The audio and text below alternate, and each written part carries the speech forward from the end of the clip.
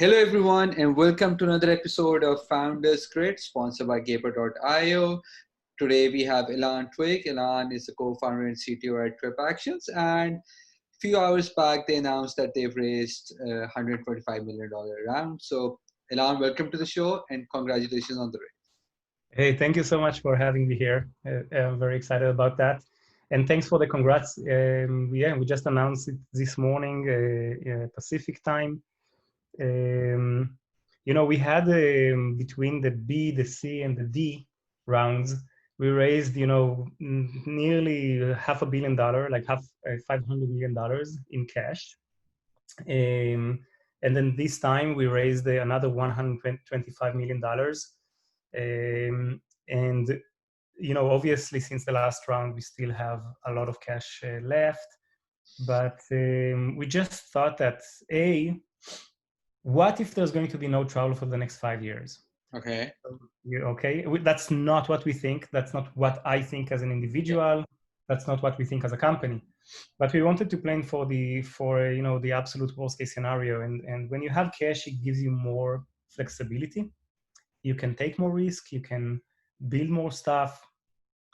You can also send a very strong signal to the market, to prospects, to customers, and also to competitors that TripActions is an extremely valid company. And if you are the one that is writing a $100 million check into any organization, you want to make sure that you have done your due diligence and that you will get the return on this money. And so I think all in all, being able to publish this amazing news during this time where the travel industry really was at the front line of getting hit by COVID-19, I think it's a huge attestation. It's just amazing. It's just amazing. Especially in times when VCs are rethinking their investment thesis, we've had those discussions with all the VCs out there in the Bay Area, especially on the East Coast as well in New York. So everyone is just kind of like rethinking their investment thesis right now. They're adding verticals that are more related to future of work and all, into the verticals. And maybe some of you are adding biotech, they weren't there before. So now they're back and forth discussion with their LPs, this is what we want to add and stuff. And trust me, hospitality is not in the top 5 as per my discussion with all of them, but it's just, but when you get to hear news from companies like TripActions, raising such amazing rounds, so then it goes like, something is actually popping up. Yeah, I think, and this is not the topic of this podcast, but yeah, in the end, what we've built, TripActions, really is an amazing company that brings technology into a market that was lacking it for many, many years. Therefore, there is so much opportunity to do things differently and potentially better. We've gained, such an amazing operational efficiency through technology, which, if you're an investor and you look at what we've done, you look on the numbers, exactly. You want to be part of it. And this is, I think, what we announced today is basically a summary of all of that. We wish you all the best from all of us at Gaper, and let's hope we keep on hearing amazing news coming out of TripAction more frequently. Hopefully. Yeah. Thank you. So, okay, before TripAction, what you've been up to? What's the early days like? Let's start from the start. Who was your first girlfriend? I'm especially with you. Let's stick to the technology career. So yeah, that's funny. I'm an engineer. I'm a software engineer. We just started to talk about it just before we officially started the podcast. A software engineer, was working for a bunch of software companies in Israel. At some point, I started my own company, White Maps. I sold it in Israel. I had a patent. I ended up selling the patent a few years later in 2007 in America. I moved to America in 2006. It was like a 2 years journey, and it's been 14 years since then and counting.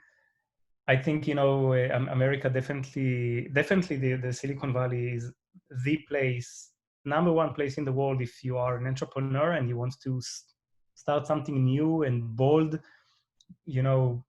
borderline crazy or borderline arrogant. It's all borderline because then some of these entrepreneurs actually go and build amazing stuff.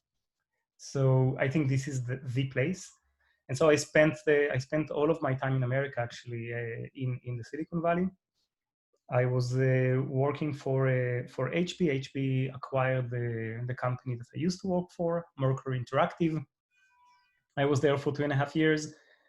I really wanted it was 7 years in the Valley for me, being 7 years there. And I wanted to make sure that I'm not wasting any more time being in the Silicon Valley and not being an entrepreneur, because it didn't make any sense to me. Working for the biggest company, one of the biggest corporations on the planet. Yeah. So then I actually joined a little startup, Rockmelt. We tried to reinvent the web browser. It was very interesting for some time. At some point, Google decided that they're spending $2 billion into Chrome, and Okay. it became clear that it's going to be very difficult for a startup to compete in this space. And then I together with with Ariel Cohen, which was my friend, even from Israel, we started to entertain the idea of starting our own company, and the result was Stream Once. We started the Stream Once in 2012. 9 months later, we got acquired by Jive Software. Nice. Yeah, it was it was some of our investors said that it was the quickest turnaround in the history of the Valley. 9 months. 9 months. You, Yeah. so basically, you built an engineering, and the engineering got acquired like instantly, right? So we actually had you would laugh, but we had around $1 million by that time, around $1 million in revenue eh, already. just for on. So from start to $1 million. So what do you eat in morning, man? What do you eat for breakfast? What's the secret? It's actually, I actually have an answer for that, I think, but it's long, and you and I can chat about it. But Yeah. let's put it this way: I think that growing up in Israel is different than growing up in many other places, especially in the time when I was born. I was born in 73. The country was 25 years old. There were two types of bread. That's it in the country. Two types of salami in the country. So you can either get this, the big or the small, or the black or the white. Okay. That was the country. It was like country of no means, and it evolved a lot. So now it's like history, and I'm getting old. But I think it all starts there. That's it. And then when you have two founders that have the same crazy roots, that's the result. It's Stream Once was crazy. And then 2 years at Jive, I was at the beginning I was the VP of engineering, and then I actually took over the entire engineering organization, leading it for about a year. 2 years into this journey, both Ari and I, we knew that We got bored. The entrepreneur needs to get back. we wanted to build a real company because 3 months Yeah. never It's an matured. addiction. Building companies, working on companies, or scaling them. It's an addiction. Is what I can say. It's a passion. It's a The passion. passion, the addiction, the drive. Yeah. Something that keeps you awake at night is something Yeah. that drives you, right? So it's the It was also a dream. Like it was a dream to have a company in the Silicon Valley. yeah. It was a dream for Unicorn. me to A be the unicorn. CEO. Yeah. So yeah, so we knew that Stream Once wasn't it, and we knew that there was going to be another round, and so many things had to line up, so many stars had to line up in the Yeah. right position, in the right time for us to really be able to start a new company. But we had 2 years commitment at Jive, and 2 years later to the second, Yeah. I remember I gave my laptop back to Jive, and the same day, it was a Friday, I drove to our new offices for TripActions, which had nothing there. It was just Ariel and I. We got funded, and we were off to the races. Interesting. So we've seen how the journey amazing has been so far, but let's try to make it more engaging towards the young entrepreneurs who are starting out, especially in tough times because of Corona, COVID. Where we all know how the situation is. Yeah. So what advice would you like to give out to someone who just got out of college, or maybe in their late 20s or early 30s, right? And they have this passion, the same drive, the 10-year-old younger but he or she is starting a startup in COVID. What advice would you give them? It can be in regards to maybe finding a partner, or the product market fit. These days it's all going to happen through Zoom, the fundraising through Zoom. Prior to this, times were different, in person meeting, going there and stuff. But how would a younger self do this in Yeah. times? I think there's almost like two parts for this question. There is the COVID-19 component, and there is then there is the entrepreneurship component. I'll start with maybe with COVID-19. I think that COVID-19 definitely is a huge thing, and I work for a company that stands in the front line of being impacted by COVID-19, a travel company. So definitely a huge thing. But also, there would be the day after, and the day after, it will come, and it will come, if not in 2 months or 1 month or 3 months or 4 months, it will come. Life will get back to normal, with an asterisk. Normal could be something slightly different. Normal could be that when you hop on a flight, you have to put a mask and you have to wash your hands, and maybe you even need to show a proof that you don't have fever, or maybe they'll take your temperature, or a new reality, but normal. People will go to work, people will go to school, and people will start companies, and investors will invest. Because why? Because life goes on. And investors, that's their job, to invest. And entrepreneurs, that's their job, to get funded and roll. So this is the parenthesis on COVID-19. Definitely a huge impact for like a quarter or two. I think that, and I see it, TripActions, a travel company that got hit badly when it comes to revenue. People don't fly, people don't travel. We raise money. And we were the first one to fire people. We are the first one to raise money, and we will see companies, we will see the market starting to resurrect. When it comes to entrepreneurship, if you are a young, driven, individual, and really your dream is to start something, it's difficult. But if it's one advice, I would say, don't make it artificial. Don't say on June 4th, I'm going to start a company. Roll, go, follow your instincts, and the day that because really a lot of stars need to align for you to start a company. Some of which you have control on, a lot of which you don't. And when it feels like the right, don't rush it. When it feels like the right time, do it. I know it's very vague, and I invite, if people want to reach out to me on LinkedIn, please feel free, and I'll be happy to share more. But I don't want to divert this discussion to to raising money and to starting a company and all of that. But just don't make it artificial. I started TripActions when I was 40, almost 42 years old. It's fine. Yeah. Totally fine. That's nice. Remote work, it's been up for discussion for the last 2-3 years, and we've seen remote teams increasing, remote work increasing by 50% in the last 2 years. Then the office spaces, co-workings, they saw a substantial peak in September. Then the WeWork debacle started happening, right? Going forward, post-COVID world, yes, we're expecting the world to go to normal, but do you think the remote workspace will be able to pick on the way the momentum? Will COVID be a proper catalyst? And especially, maybe engineering can be done remotely, but what about the creative teams, the marketing teams, the fundraising teams, the managerial teams? What about them? Will they be able to be done remotely? Or engineering, say you're a CTO, I head a technology company, we understand that engineering can be distributed done. But what about the creativity, marketing? What happened to having a pizza-sized meetings, 6 people around a pizza? And I'll tell you what I think. First, for me, being in engineering, I never traveled a lot for work, except for my experience at Jive when I was in a more senior position. which actually led to starting TripActions when I experienced how badly that experience was. Yeah.